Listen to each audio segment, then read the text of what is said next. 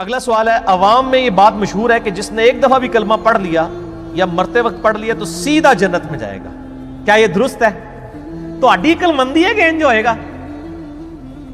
یہ جو لوگ سوال لکھ کے بھیجتے ہیں وہ بھی ذرا اپنی عقل استعمال کریں نا، کہ کیا اتنی سستی جنت بک رہی ہے؟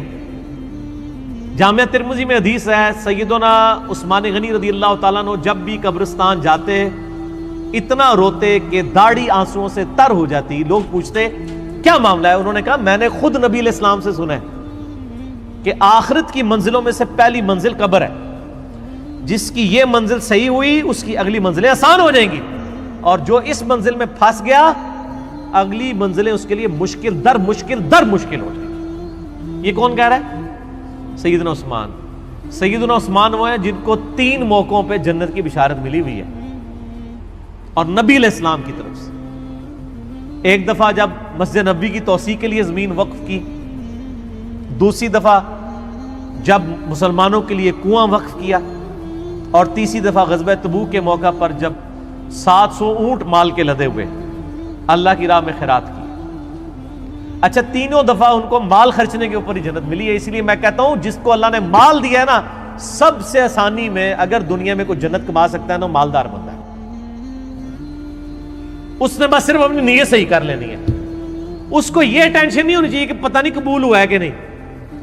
نماز میں تو ہمیں جتنی مرضی صحیح کر لیں توجہ نہیں رہتی، بندہ کہتا ہے یار پتہ نہیں خشوع خضوع ہے کہ نہیں۔ مال میں صرف ایک چیز کا خیال رکھنا ہے کہ آپ نے ریاکاری نہیں کرنی، بس۔ باقی یہ نہیں ہوگا کہ یہ خشوع خضوع سے خرچ ہوا ہے کہ بغیر خشوع خضوع کے، یہ خرچ کرتے وقت یعنی وہ ذہن حاضر تھا یا نہیں تھا، وضو ہے تھا یا نہیں تھا، یہ رولے تو ہے ہی نہیں نا مال خرچنے سے۔ تو سیدنا عثمان نے 3 دفعہ جنت کمائی ہے مال خرچنے کے اوپر، اور تیسری دفعہ تو نبی علیہ السلام نے اشرفیاں یوں آپ الٹ پلٹ کرتے تھے اور کہتے تھے عثمان جنتی آج کے بعد جو چاہے مرضی کرے۔ یہ ان کو ہی گارنٹی تھی کہ جو مرضی کرے، تو انو آندی تھی جو مرضی کر دے، وہ ہے کچھ کرتے رہے جے بعد کہ قبرستان جا کے روندے رہنے کہ پتہ نہیں میرے ساتھ کیا بننا ہے۔ تو قبرستان جا کے روتے تھے۔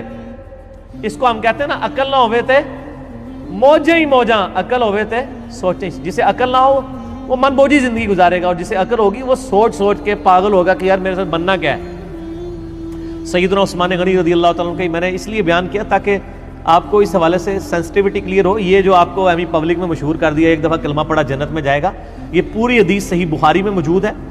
مشکات میں بھی آپ کو یہ کتاب الایمان چیپٹر میں شروع میں حدیث مل جائے گی کہ نبی صلی اللہ علیہ وآلہ وسلم نے فرمایا، جس شخص نے گواہی دی لا الہ الا اللہ محمد رسول اللہ کی، وہ جنت میں جائے گا، سوائے اس کے کہ جس نے انکار کر دیا۔ صحابہ نے کہا یا رسول اللہ صلی اللہ علیہ وآلہ وسلم، کون ہوگا جو جنت میں جانے سے انکار کر دے؟ سوال تو بڑا جینون تھا کہ ایک بندے نے کلمہ پڑھ دیا اور اب وہ جنت میں جانے سے انکار کر دے۔ آپ صلی اللہ علیہ وآلہ وسلم نے فرمایا، جس نے میرا حکم مانا وہ جنت میں جائے گا، اور جس نے میری نافرمانی کی اس نے جنت میں جانے سے انکار کر دیا۔ اونٹ تسی کہندے رہو جناب وہ داڑھی میں اسلام نہیں، اسلام میں داڑھی ہے، نمازوں میں اسلام نہیں ہے، نماز اسلام میں ہے، روزوں میں اسلام نہیں ہے، روزے اسلام میں ہے، جو مرضی کہندے رہو اللہ دے بندے ہو، گل ایک ہی ہے، لک وشکار ہے۔ داڑھی اسلام میں ہو یا اسلام داڑھی میں ہو، بات ایک ہی ہے، دین پہ چلنے کا نام اسلام ہے نا۔ دودھ پینے والے مجنوں تو نہیں اللہ کو چاہیے۔ نبی علیہ السلام فرما رہے ہیں کہ جس نے لا الہ الا اللہ پڑھا وہ جنت میں جائے گا، سوائے اس کے کہ جس نے انکار کیا۔ پوچھا گیا انکار کس نے کیا؟ فرمایا جس نے میرا حکم مانا وہ جنت میں جائے گا، اور جس نے میری نافرمانی کی اس نے جنت میں جانے سے خود انکار کر دیا۔ اب اس میں ساری کی ساری باتیں، یعنی دین کے اوپر چلنا، فرائض کے اوپر پابندی، حرام چیزوں سے بچنا، یہ ساری کی ساری چیزیں اس کے اندر داخل ہو جائیں گی۔ آپ کو اب لہذا سے نٹی گٹی اس کی ضرورت نہیں ہے۔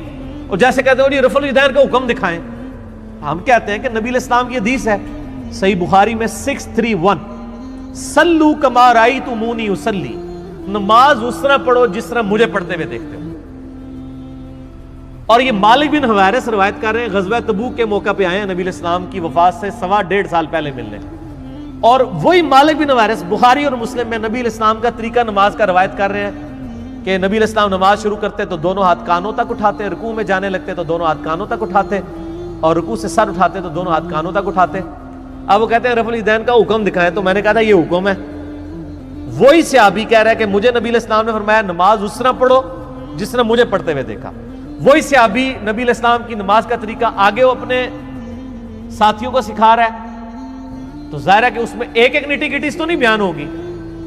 پھر تو ہم کہتے ہیں کہ نبی صلی اللہ علیہ وآلہ وسلم سے آپ ذرا پہلے رفع الیدین کا حکم دکھائیں نا، وہ بھی کوئی نہیں جی کدھرے، وہ بھی عملی ٹرانسفر ہوا ہے کہ نبی علیہ السلام جب نماز شروع کرتے تو جب یہ آپ سے دوسرے تیسرے کا حکم مانے نا، آپ پہلے کا مانیں، ان کو ساٹھا دے چھٹو نا، پہلے اپنا ثابت کرو، تو کہیں گے نہیں وہ تو نبی علیہ السلام نے کیا ہے تو یہ بھی کیا ہے نا یار، ٹھیک ہے، میٹھا میٹھا ہپ ہپ تے کوڑا کوڑا تھو تھو، تو یہ جنت اتنے سستے نہیں ملنی میرے بھائی۔ یہ آپ کی شعر و شاعری ہے کہ جو کچھ بھی ہے اے اللہ تیرے محبوب کی امت سے ہیں، یہ آپ کی شعر و شاعری آپ کرتے رہیں، جب انشاءاللہ موت آئے گی تو پھر پتہ چل جائے گا یہ شعر و شاعری ہے، اس کی کوئی اللہ کے حضور کوئی حیثیت نہیں ہے۔ اس واسطے جناب مرنے تو پہلے تیاری کر لو۔